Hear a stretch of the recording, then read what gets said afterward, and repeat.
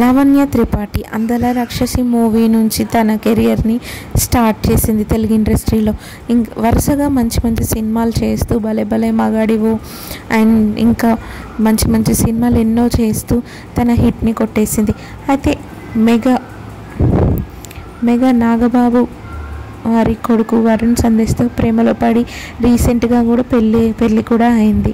అంతే వాళ్ళు వెకేషన్కి వెళ్ళారు. ఆ వెకేషన్లో తను కట్టెల పొయ్యి మీద కట్టెలు తీసుకొచ్చి టీ పెట్టడం, ఆ ఫొటోస్ ఇప్పుడు సోషల్ మీడియాలో చాలా వైరల్ అవుతున్నాయి.